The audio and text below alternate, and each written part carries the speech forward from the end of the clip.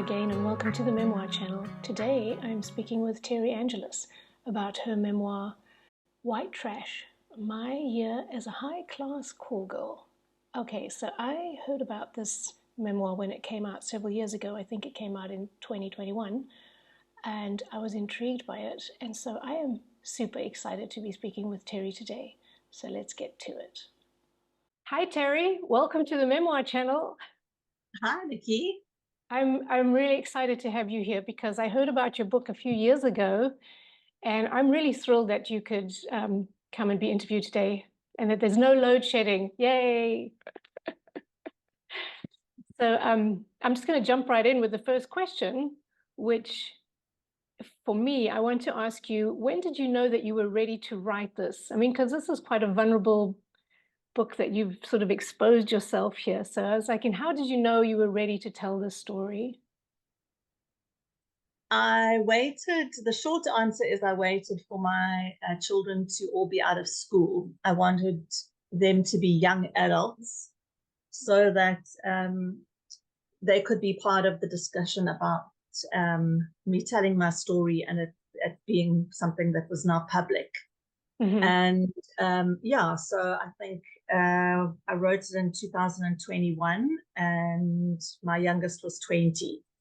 So my circle of consent in terms of, just who I felt like needed to be okay with me making the story public was my children and my husband. Yeah. And so those were the discussions that I had. But the book had been kind of churning around inside me for quite a long time. And did they all give you support and consent, and they were all on board with you? They were amazing, actually. My oldest son is working on the yachts overseas. So he's having lots of his own adventures, and he just said, "Oh, Mom, we've all done things we feel embarrassed about or ashamed of, and I'll tell you my stories one day." And then my daughter, who's very much kind of of the woke generation, and very much involved in kind of all the latest concerns and issues and loves to debate them. She was like, "Oh, Mom, nobody cares these days. Our generation, we're the woke generation. Nobody cares. We don't judge. You do you." And she sort of had that attitude. And then my youngest, who's very introverted, was just the usual, like, "Oh, okay, no, that's great, Mom." Just unflappable, completely unflappable. Oh, well, that's pretty lovely that you had all of them completely on your side, and that's great. Yes. And then when you started writing, did you find that you were sort of going in one direction and had to sort of change, or did you kind of know exactly where you were going right off the bat?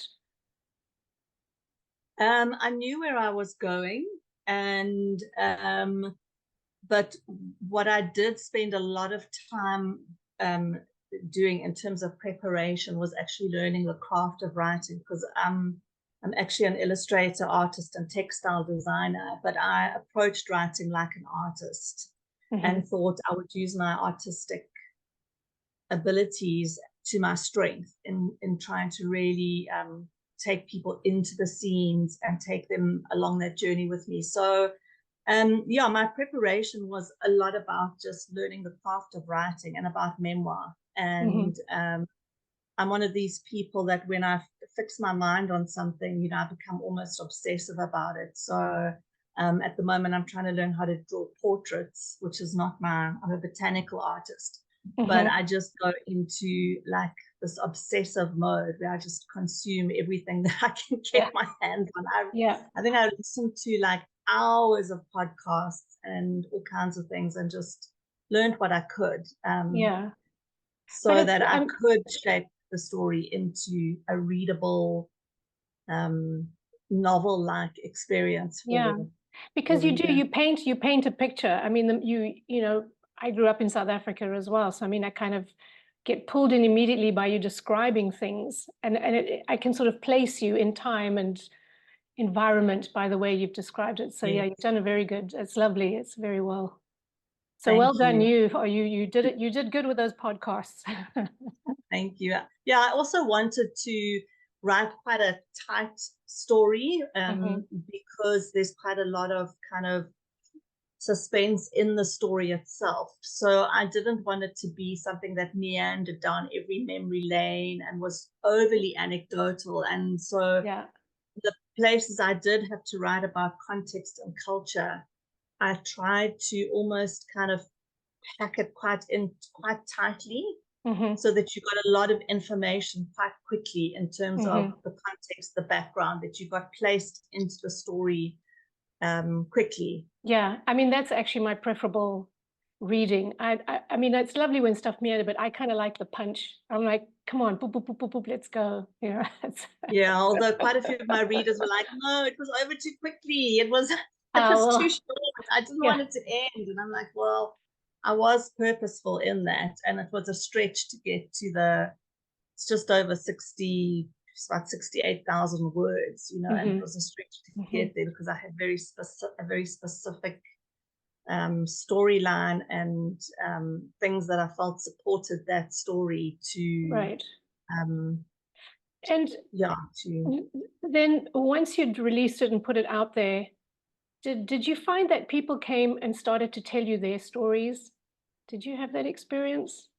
Yes. So I do what I call book signing and confessions. Confessions, fantastic, exactly. So when I'm doing book signings, I've been fortunate to do had some speaking engagements and events. I sort of put my table in a quieter corner because I think that's the wonderful thing about being vulnerable and bringing things about your own shame and your own regret into the public eye, is that it gives people permission to open up. And yeah, that's lovely. And how long did it take you to write this, all in all? So yeah, it had been kind of on a slow burner. Basically, I think from my early 20s, you know, whenever I did tell someone my story and, you know, a bit about my background, they were so intrigued, and people would say, well, you've got to write a book. So it was always there, but I'd started sort of trying to take it quite seriously once I knew the time in terms of my family situation was more suitable. And I did a memoir course and nearly got thrown out of the course and had a bit of a... You got thrown out of the course? Thrown out of the course. What did you do? Well, I was just reading all my lovely controversial stuff about white supremacist Rhodesia and talking about it a bit too frankly, and it just caused a bit of, it was a bit of conflict, and a lot of the things that I was trying to deal with were misunderstood. So I you know, I was starting to get into the thick of it, and then I actually had done that course with Melinda Ferguson of Melinda Ferguson Books about 2 years before the book came out. Melinda Ferguson Books. Who you published with, yes? Yes. Okay. Yeah. She's an imprint with NB Publishers. And so because the course hadn't gone very well in terms of, you know, I really got lambasted in that, and she told me she'd never publish anything I ever wrote ever. Wow. And then post-COVID, post-Black Lives Matter, post a lot of kind of social climate change in South Africa in particular, where race is it's always a sensitive topic. I actually called her up, and I booked like a book coaching hour with her to say, look, I am writing my book, and I think the social climate had just changed, where it was okay to start. In fact, we needed to start talking about things around race. And I think when I had brought it up, it was kind of, you couldn't admit to having a racist background or admit to having... Right. So it was just a change of climate. And she just said, I think this is the right time for your book. But then what she did was she gave me 4 months to write it. So that's the long-winded answer to your question. How long did it take? A long time, and then a very short time. Okay. Well, no, that's a good answer. I like it. And just, I always ask this to everyone because I'm just so curious. But do you like writing in silence? Do you like to be alone? Do you like to be out in a coffee shop with some noise? Like, what is your preferred environment for writing? A mixed bag. Yeah, I would say it's not necessarily where. But how I write, I like writing on by hand on foolscap paper. Okay. And then what I do is I started off by writing what I would call the anecdotes or the scene. So, okay, I know this episode and this incident and this is going to be, these are the things that are going to be in the story. So I didn't even write them in order because there were some that were easier to write than others. And then I just got a flip file and I filed them in and then kept working on the story arc, and so that I could kind of play with them and go back to them and add them in. And so that was how I first drafted. But I did, in terms of tapping into memory and emotion, I did use music a lot. So sometimes more listening to it to kind of find the emotion or find the nostalgia of something. And quite a lot of music is kind of mentioned in, in some scenes along in the book. And that was quite hard because that really did take me back to some very specific places. Right. But I wrote in coffee shops, I wrote in my bed, I wrote outside on my veranda, I wrote on my couch. Oh, okay. So yeah, all right, good. In the car. And then what I did, which was very helpful, was so once I kind of was now starting to collate everything and I was typing it up and then doing a lot of the rewriting. When I was running errands, I would use the read back button to read back to me what I'd written.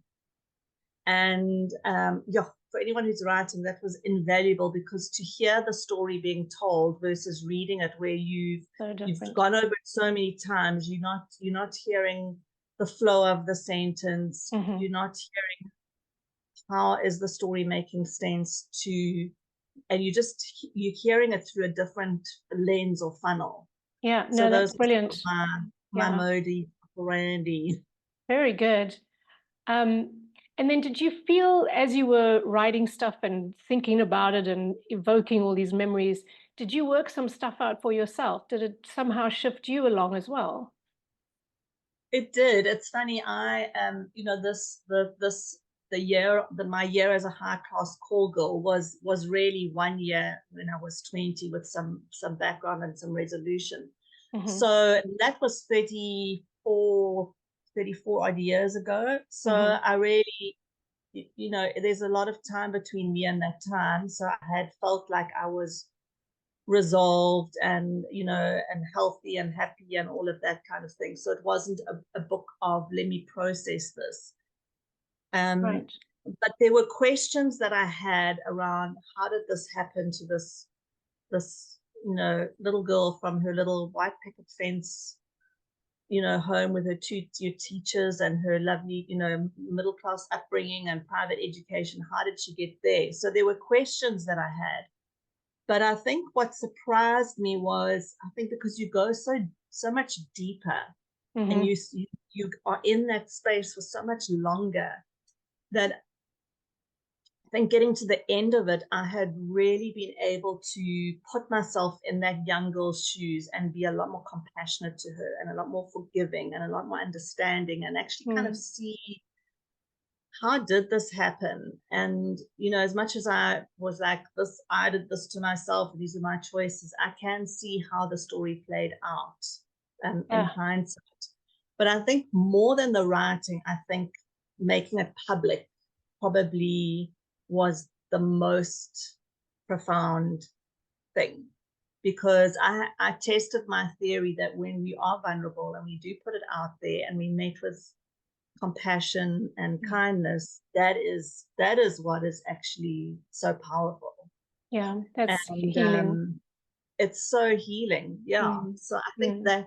that was really, and I think I felt just so liberated. So like, um, I'm just, here I am, and I always considered myself an authentic person, but I think now it's like, here I am, warts and all. Yeah. Um, Yeah. there's nothing hidden, there's nothing, Yeah. and there's something very freeing about that, about being known, I think, and Absolutely.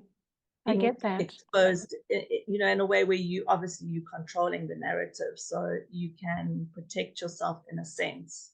But Um, yeah, you have to be really honest with yourself, yes. which is So that was my which is number yeah. one thing, was like, no matter how hard it is, be honest. And it's funny, there were obviously difficult passages to write in terms of some of the sexual content and some of the violence and stuff like that.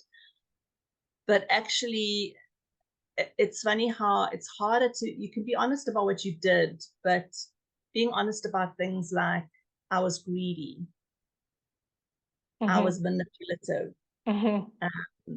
I wanted the easy way out, you Yeah. know, I fell back into what was comfortable, or I liked earning a lot of money. Those things are harder to admit to in Yeah. a lot of ways, because those are just owning up to your character flaws, the things about yourself that you're not so proud of. But again, that's so freeing, and it probably makes you like yourself so much more because I mean, it's brave as well. And Yeah.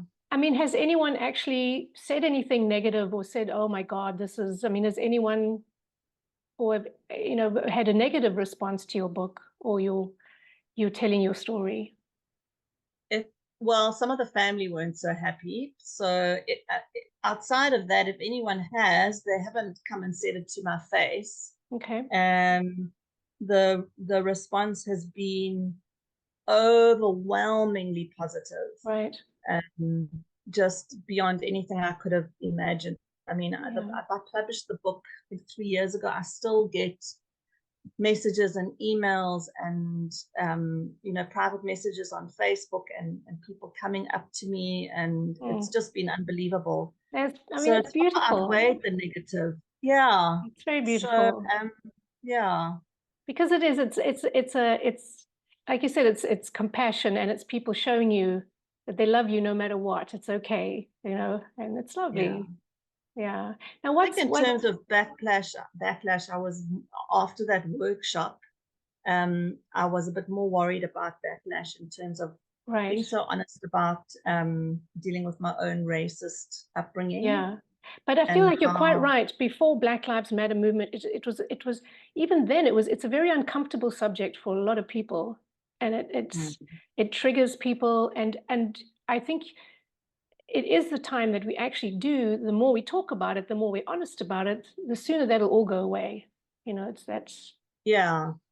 Well, I think it's also, I think for so many people, well, speaking for white people in particular, we get stuck because we have this thing that if we are honest about our prejudices and our the lens that we see the world through, hmm and the experiences and the privileges that we've had, that makes us bad people. And so I think that's where a lot of people get stuck, with really just being yeah. open and honest and dealing with things, because they don't see themselves as bad people. No, of And I course. think that's what comes across in the book it's so easy to demonize the other and demonize what you are unfamiliar with, or what you're taught to be afraid of. hmm Um, and it's only when you have conversations and you tell stories where it's just real people doing real things, and that all of those things can actually be kind of put aside, but hmm just scared to be really honest. Yeah. No, I commend you for that, and I'm glad it got published now. I'm glad that she changed her mind. Yay. Now, we what is did we did resolve things at the workshop, but I must say there was some few very hairy moments? moments. Yeah. Yeah. Would you be willing to read us a little section of your book? Do you have? Yes. I would Yes. love that. Thank you. I'm gonna. think I'll just read a bit from the introduction because I think that's quite a nice. Perfect. There is a wilderness embedded in my heart and etched on my soul. It is deeply imprinted on my childhood, like ragged erosion scars the landscape. It is the taste of ripe mango juice running down my chin. It is the scent of dust and rain. It is the dull shine of a rifle in the bedroom corner. It is mud pies and mulberry-stained feet. It is a story of ears and lips cut off. It is newspaper headlines of missionaries murdered and terrorists slaughtering farmers. It is a song of patriotism howled with futility into the wind. It is the boogeyman's face at the window. It is exhilaration and despair. It is lost innocence and the burying of a dream in a shallow grave. It is a place that is no longer written on any map. Rhodesia. Love it. I love it. I love it. It's I mean, that's what I'm saying. Like, you just paint that picture and I can go right back and I can be there too, because I mean, it's just the flavor, the mango and the mud, you know, the little the feet and the bare feet and just everything. It's yeah. Yeah, I think for a lot of people it really captured that that African child, that white African childhood, and just growing up in an environment where you just accepted how it was. You couldn't quite understand, and for me there was always this underlying sense that something was off balance, something was off kilter, but I didn't have the language for it. Right. And yeah. Well, like you say, I mean, there's the gun in the corner, and you just accept it. It's like, we might need that. Yeah. And you don't you don't go and startle your dad in the middle of the night, because my dad had the gun in the corner and the machete under the bed and the knob kerry and the Zulu spear and the catapult on the windowsill. And I'd forgotten about the cutting off the lips and the ears. I'd forgotten how that's like, as kids we would talk about things like that. Just wow. And also you processing, most of this, you as a child, you are what we used to call, we had that lovely phrase, picking up stompies. Did you know that phrase, pick up stompies? So stompie is the butt cigarette. Of a cigarette. Yeah. So it was always, picking up the leftovers, picking up the scraps of conversation, because it was seldom the adults would sit down and have a proper conversation with you about that. Certainly back in the late 60s, 70s, all having these gentle parenting discussions about our feelings, were we? Yeah. Wow. That was a very different time, wasn't it? Yeah. I also wanted to ask you, so the cover that you have for your book, did you choose that? Is that an actual photograph? Like, can you tell me a bit about your cover? So when I landed on the title, it was met with not with enthusiasm, especially by the publishing house. But I had sort of, because I'm an artist, I didn't want, what I really didn't want was kind of that very typical tacky looking, the red stilettos, the black fishnet stockings, that like Confessions of a Call Girl scenario, because I knew that was really the hook, but the book was going to be so much more than just that. So I just wanted something that just made you feel uncomfortable when you looked at it, and that had that quirkiness that is very much a part of my own like character and outlook. So I was just going through like stock photographs and trying to find, I just wanted to kind of say, this is the flavor I'm looking for here. And so I found that and was like, oh my word, that could have been me. That is so typical.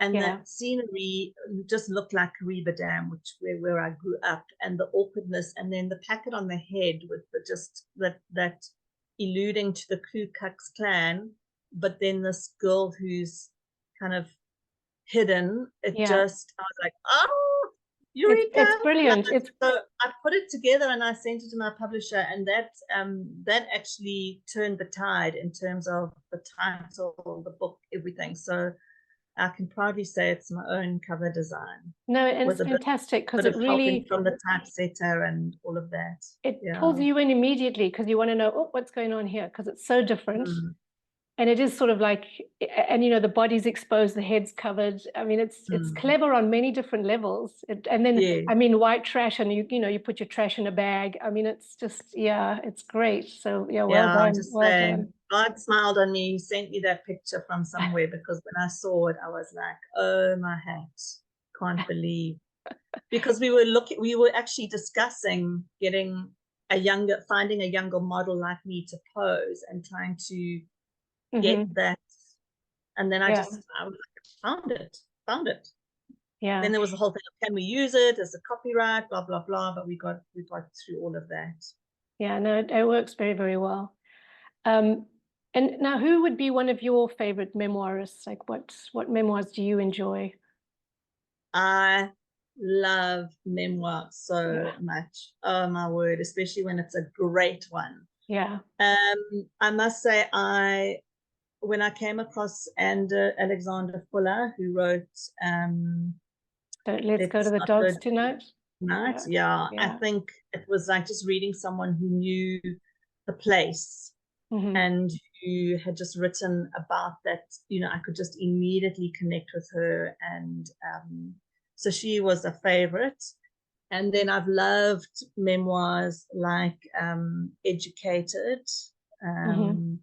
Tara Westermeyer. So um, yeah, there's a couple, but it's predominantly what I read. Um, and funny enough, Peter Godwin, Mukiwa, the I don't also know that childhood one. Africa. And then other non-fictions, I've just come across some lovely books about, like, I don't know, just about travel in Africa and the Mm. ostrich boom. And yeah, I just love those off the wall, um, stranger than real life kind of Isn't that stories. amazing? I find that you read memoirs and it's like way crazier than anything you So see in a crazy. film. So People crazy. go through some real shit.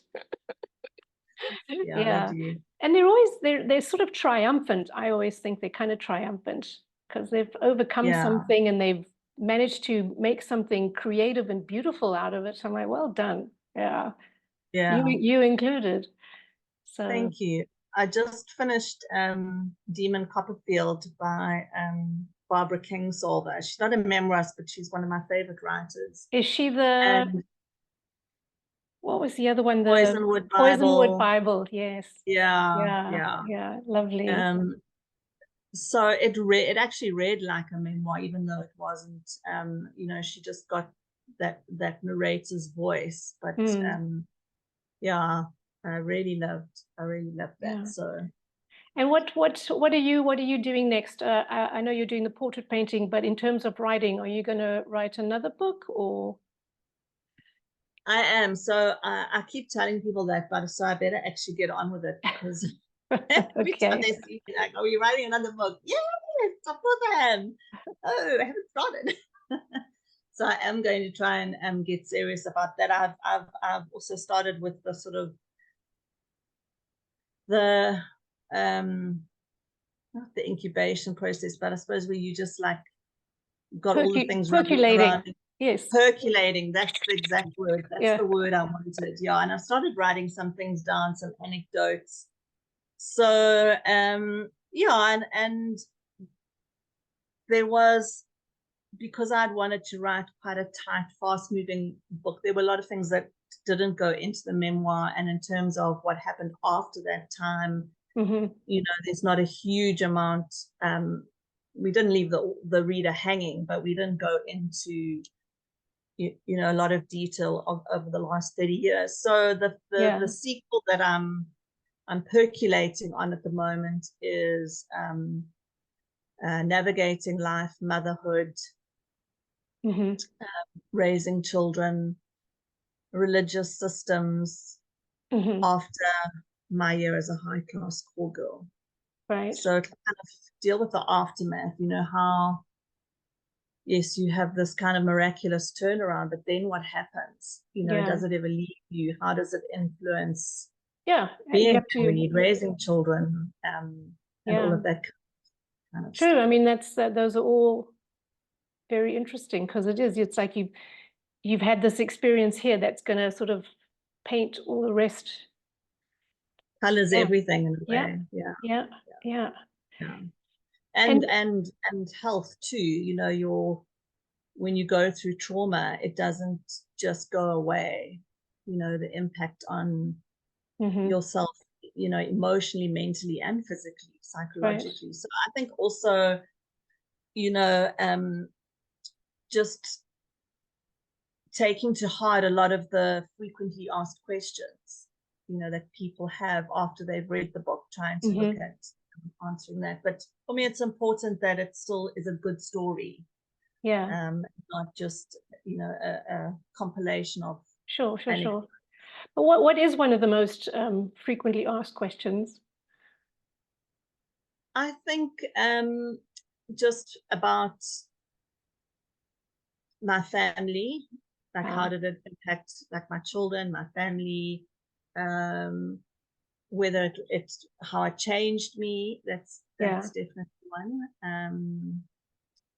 Yeah, I'd say those are probably the two. And then also, if you could go back in time, what would you change? Mm. Would you change your decisions or choices? Mm-hmm. So those are Yeah. normally some of the And is main there ones. any talk of this being made into a film, or is there any, can you There further the were a lot life of of it? bites, and there's been interest, but nothing concrete's come through. So I think the local companies, the South African companies that were interested in just securing the rights, didn't want to put a lot of money into it because they had already had committed to budgets on other projects. So yeah, Right. we'll see. I mean, definitely interest, but nothing concrete. Yeah. All right. Well, is there anything coming up that you have that you would like everyone to know about? I mean, another book reading, or even if it's your portraits, anything. Yeah, don't mention the portraits because I'm really just learning. I'm just trying to upskill Oh, myself. I'm trying to find an alternative to doom scrolling. So it's something that I feel compelled to do more than doom scrolling. So yes. at the moment, Good. portraits, the enthusiasm might die off. But I am actually busy looking at starting a Substack newsletter. Oh, okay. So I don't know if you're familiar with Substack. It's basically a writing platform where you can subscribe to your favorite writers, artists, Mm-hmm. whatever, and read their content. And if you so wish, subscribe to support them financially.